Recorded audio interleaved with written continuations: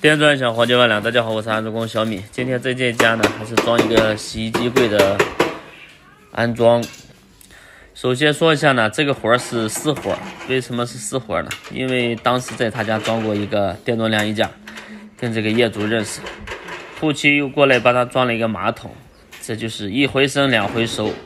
然后剩下的活全部都成了私活了，包括他家的灯、花洒什么的，包括这个铝合金的这个洗衣机柜。像这种洗衣机柜呢，其实是一种组合的，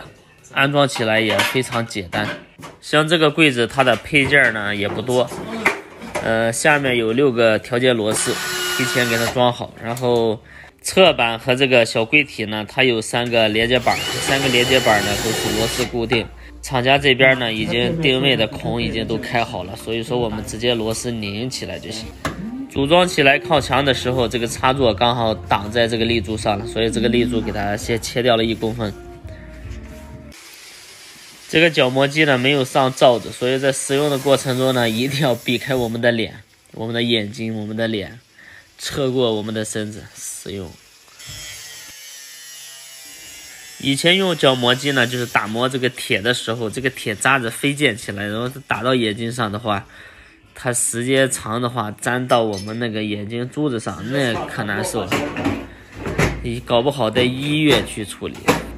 我在太原工作的时候就挑过一次，那个是自己搞不了了，医生用那个放大镜拿那个针给我挑出来，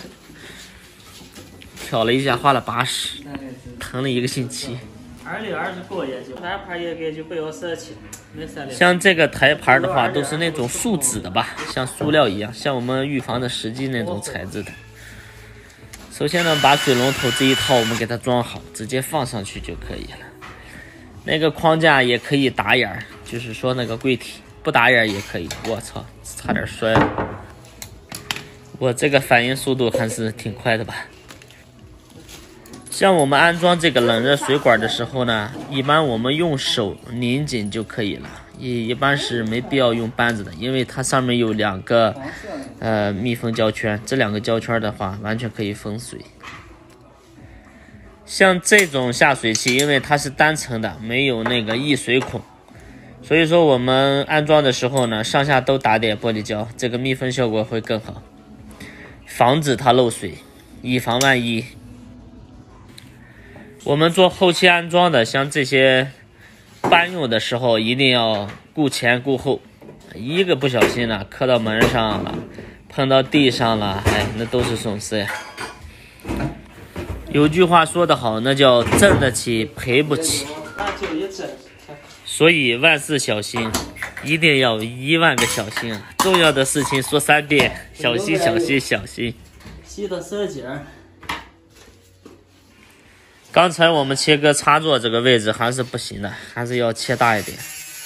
因为现在它压插座压的一半，刚好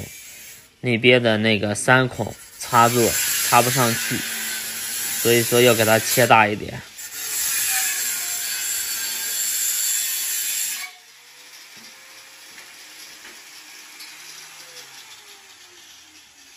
组装工作现在完成了，我们测量一下这个台盘和这个墙砖的缝隙是否平行。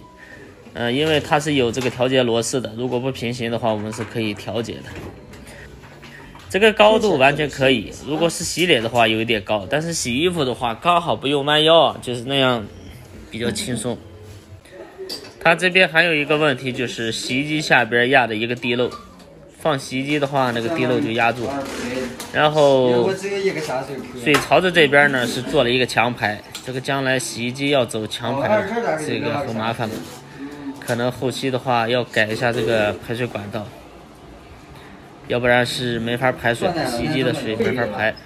在这里呢提醒所有的师傅，就是说我们接网单啊，出来可以搞私活的，像这个柜子组装一下是收费100块钱，这就是网单给我们带来的附加值啊。好了，本期视频就拍到这里了，观看米师傅后期更多精彩视频，点关注支持一下，拜拜。